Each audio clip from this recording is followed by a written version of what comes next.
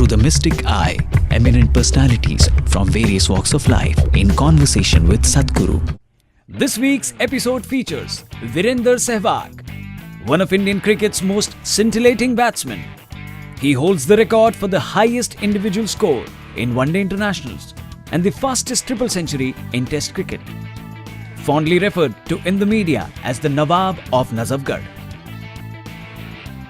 Sehwag has opened the batting for India for over a decade, and his right arm off spin has seen the Indian team through some tight situations. In April 2009, he was honoured as the Wisden leading cricketer in the world. Watch as Sadhguru and Virender Sehwag look at the very mechanics behind what it takes to successfully play both the game of cricket and the game of life. The critics or whatever, somebody is criticizing me or somebody is saying something, me gives, I'll become more determined to score runs also. But I'll get very disturbed very quickly also. So what I should do at that time? Should I reply to them? What is the most important part of your life is what's happening within you, isn't it? Yeah. Whether misery happens within you or joy happens within you, it only comes from within you, isn't it? So if joy is coming from within you, why can't you have it coming all the time? If it was coming in the Delhi tap, I know it goes dry. But if it's coming from within you, why can't you keep it flowing? Because we have not taken care of this, isn't it? How you are should never be determined by how somebody else is. Once you allow that, you will remain a slave to somebody all your life, because they will decide whether you will be happy or unhappy. Yes. The question is not about justice and injustice, that's a different thing. But still, whether there is justice or injustice, the most unjust thing that you can do for yourself and everybody around you, especially other people who have such a big expectation of you, is that you make yourself unhappy.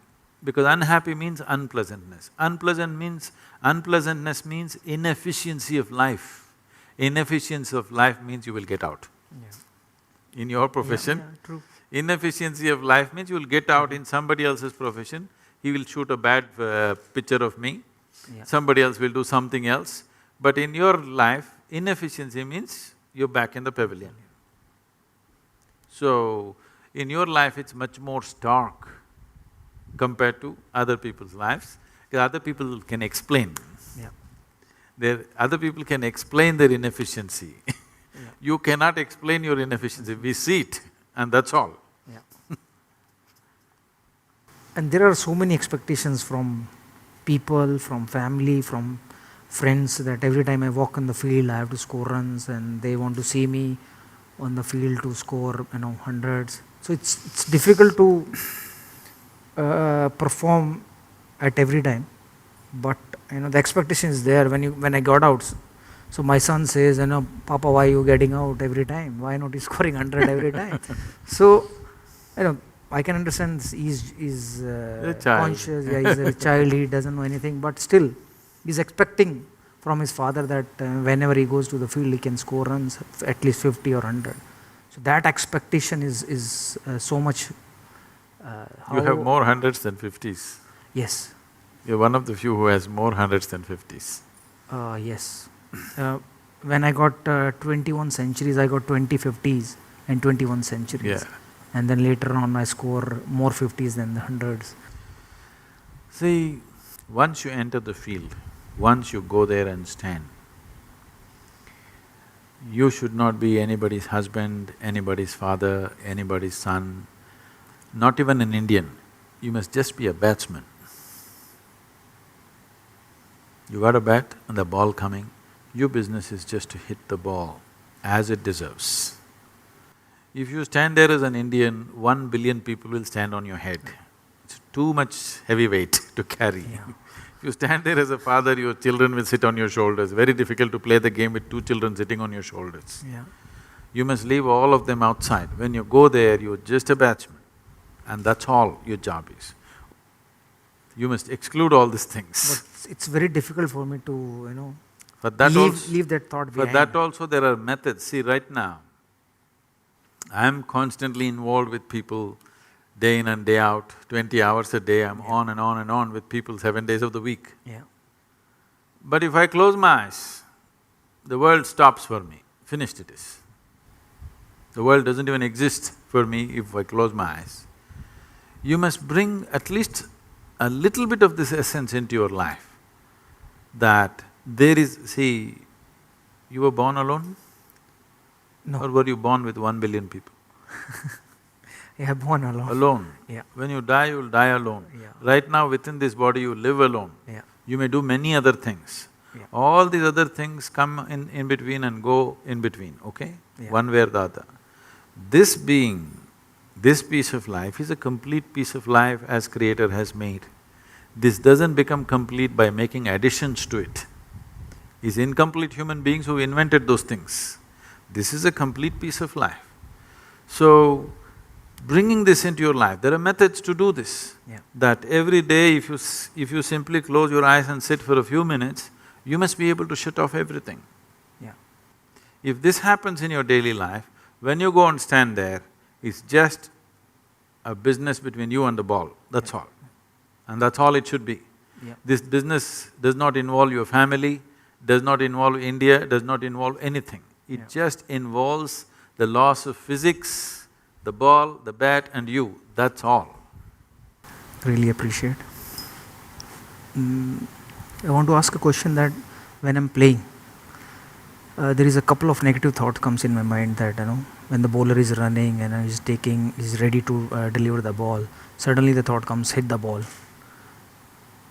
And if that thought comes, it's difficult to control that thought at that time, because I'm about to play that ball. So how I'll control that thought? What should I tell or what should I do to control that thought?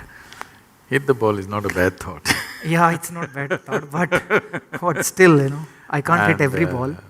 No, that is true, but looking at your track record, you hit the ball pretty well. So that thought is a good thought, not a bad thought. Yeah. But it should not become a compulsive thought. And above all, so this is something that all of us have to understand, whether it's you're playing cricket or you're running a business or whatever you may be doing. There is something called as reality. Yes. There is something called as impressions of reality that we carry within ourselves. Yes. Suppose you never played cricket in your life, for the first time, you stand there. Yes. If a ball comes at you, you would naturally like to look at it, how it comes and then hit it. Only because you played cricket for a certain number of years, Yes. now you have this thought, because there is a score to fulfill and there are expectations, this time India has to win and so many things, expectations of 1 billion people, Yeah. all that stuff. But actually, you don't play a game. I would call everything a game in life. Yes. Whether you're on a playing field or you're in any other field, it is a kind of a game. You don't play any game well, you don't win a game because you want to win. Yeah. You don't hit a ball because you want to hit. Yeah. It is only because you do something right, it all works. So if you want to do something right, if you want to do anything right, first thing is we're able to grasp the situation for what it is. You're expecting the ball at 160 kilometers per hour. Suppose he lets it out at 60 kilometers per hour. It's the easiest things to hit probably, but you may miss it simply because you're expecting it to happen in a certain way. This expectation is coming because your memory is projecting into reality and making an unreal reality. So if there is an intelligent bowler, he reads this and he will make those things, and it is not always the fastest bowler or the one who spins most who gets the wickets, it's one who reads the batsman's expectations and just does the reverse of that, who manages to fox the batsman. So it doesn't matter which aspect of life, whether sport or otherwise, the important thing is we are able to grasp what is there and do the appropriate action. Yeah. In a sport, it becomes very, kind of focused, because so many people watching, and we know if you don't hit the ball right, all of us know it. Somebody is driving, if he, instead of missing the pothole, if he hits the pothole, maybe not everybody notices. Somebody is doing business, instead of doing the right thing, if he goes little off, maybe not too many people notice it. But in sport, if you don't hit the ball, if you don't take the ball in the center of the bat, all of us notice it. Yes. Not just you, Yes. not just the bowler. Every one of us know that you didn't hit it right. So because of that, all this is building up. I was just talking to somebody and they are just then… somebody was telling me, we got to beat Pakistan this time. I said, don't try to beat Pakistan, just hit the ball. Yes. If you want to beat Pakistan, they'll wage a war, okay? Yeah. You don't try to beat Pakistan, all you have to do is hit the ball. If you try to beat Pakistan, Pakistan is not in the ball, it'll be somewhere there. Yes. In trying to beat that, all that'll happen is you'll go and sit in the pavilion. That's all that'll happen. Yes. In human mind, there is perception, there is memory, there is imagination. People are not able to keep these things separate. There is memory of the game, there is imagination of how you will carry the cup, and there is a reality of a ball coming at you. It is only the reality that you can handle. Memory and imagination, you can only fancy with. One is about that which is over, one is about that which is yet to happen. The reality is the ball is coming and you have a bat in your hand, you have to hit it the way the ball deserves it, not the way India deserves it, not the way Pakistan deserves Yes. it, not the way somebody else deserves it. You have to hit the ball the way the ball deserves it, the way it's coming. So to keep this clarity of mind, there are methods with which you can hold your mind in such a way that this moment if I sit here, the memory of who I am, my parentage, my upbringing, my growing up, my things or things that I know, if all these things come right now in my mind, I will not perceive what is here. Memory will play. Yes. Memory is not a reality Yes. because it is about something that is over, which does not exist. That which does not exist, if it impedes into that which exists, you will miss that which exists. This is so in everybody's life, but in a sports person's life, the effect of that is immediate. In other people's lives, it'll pay out and they will see it after some time that it doesn't work. Yes. But with your life, it's right there. You're either at the crease or you're sitting up there and clapping for somebody. Yes. It's very clear. So because of that, it stands out, but this is true for everybody's life. So see, when you're given such a sophisticated mechanism called mind, human mind is not a simple thing, it's a magnificent mechanism. Yeah. Even if you buy a phone, a simple phone, which they're calling it smart, it's not as smart as you, okay? Yes. But even if you buy a phone, you have to read a manual which runs into 20 pages of how to use it. Yes. They're not telling you how it works, they're only telling you how to use it will take a certain amount of study. If you want to know how it works, it will take much more Yes. amount of study. Did you ever read the user manual for your brain? No. That's the whole thing. We are not looking at how this works, simply we are trying to use it. By nature or by accident, people may get to use it, but not consciously. But there is a method or There is a method. a technique to This is a use very it? established method. Okay. My next question is that only how I'll control that thought? Don't try to control it, you need to liberate yourself from this. Okay. See, I'm not talking about controlling your mind. Yeah. I'm talking about liberating it Yeah. from all kinds of additions that it has added on. Yeah. If you control your body, if you control your mind, what it means is, control means to hold it within certain limits. But you become who you are in the world only because you cross the limits. Only because you cross the limits that other people never cross, you become whoever you are in the world. So the method should be not of control, but of liberation. Over a period of time, you gather a body and a certain level of mind. These two, if we know how to use it to our advantage, it'll work one way. But a whole lot of humanity uses their body and their mind to their disadvantage. Their body and mind are the biggest problems that they have in their life. To make this body and mind in such a way that you don't have to control them. What would you like to control? You would like to control something that's gone berserk. You would like to control something which is destructive. Why would you like to control something that is creative, something that is competent, something that is capable? Why would you like to control that? Would you like to control your intelligence? Because if there is a certain level of ignorance, you want to control it. Would you like to control your intelligence? Would you like to control your physical strength? Would you like to control anything? You would want to liberate it, you would want to focus it, you would want to put it into proper use. If this has to happen, the most fundamental thing, there are various other methods. If you have the necessary time, more sophisticated methods can be approached.